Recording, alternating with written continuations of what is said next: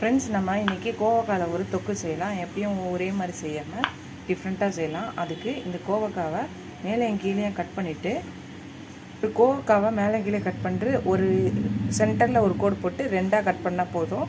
அதை வச்சுக்கலாம். இப்போ ஒரு பேன் எடுத்துக்கலாம். ஒரு ஸ்பூன் தனியா, அரை ஸ்பூன் சீரகம், அரை ஸ்பூன் சோம்பு, அரை ஸ்பூன் சீரகம், இது மூணுத்தையும் வறுத்துக்கலாம். இது ஒரு மிக்சி ஜாருக்கு மாற்றியாச்சு. இப்போ ஒரு பேன் எடுத்துக்கலாம். எண்ணெய் ஊற்றிக்கலாம். கடுகு போட்டுக்கலாம். உளுந்து போட்டுக்கலாம். சீரகம் கொஞ்சம் போட்டுக்கலாம். வெட்டி வச்ச கோவக்காவை போட்டுக்கலாம். இதை நல்லா வதக்கிட்டு மூடி போட்டு வேக விடலாம். அதுக்குள்ளே மிக்சி ஜாரில் நம்ம வறுத்து வச்சதை போட்டாச்சு. வெங்காயம் ஒன்று போட்டுக்கிறேன். மஞ்சத்தூள் ஒரு 1/4 spoon, red chilli powder 1 spoon, கொத்தமல்லி ஒரு கை போடுறேன், உப்பு ஒரு அரை ஸ்பூன் கிட்ட போடுறேன், பெருங்காயம் கொஞ்சம் போடுறேன்.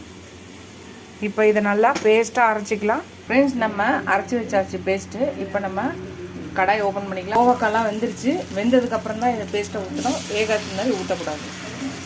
இப்போ இதை நல்லா கலந்துக்கலாம். இப்போ திருப்பி இதை மூடி போட்டு மூடிக்கலாம். அப்பப்போ நீங்கள் திறந்து கிளறி விட்டுட்டே இருக்கணும். எண்ணெய் பிரிஞ்சு அது நல்லா வரும்போது நிறுத்திடலாம். பார்க்கலாம்.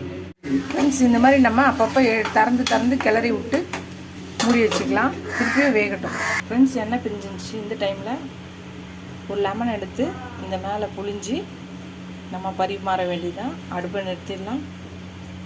நீங்களே இந்த ரெசிபி ட்ரை பண்ணி பாருங்கள். ஃபஸ்ட் டைம் நம்ம சேனலை பார்க்க சப்ஸ்கிரைப் பண்ணிட்டு பாருங்கள். இதோட அடுத்த வீடியோவில் அடுத்த ரெசிபியில் பார்க்கலாம். Tata bye bye friends.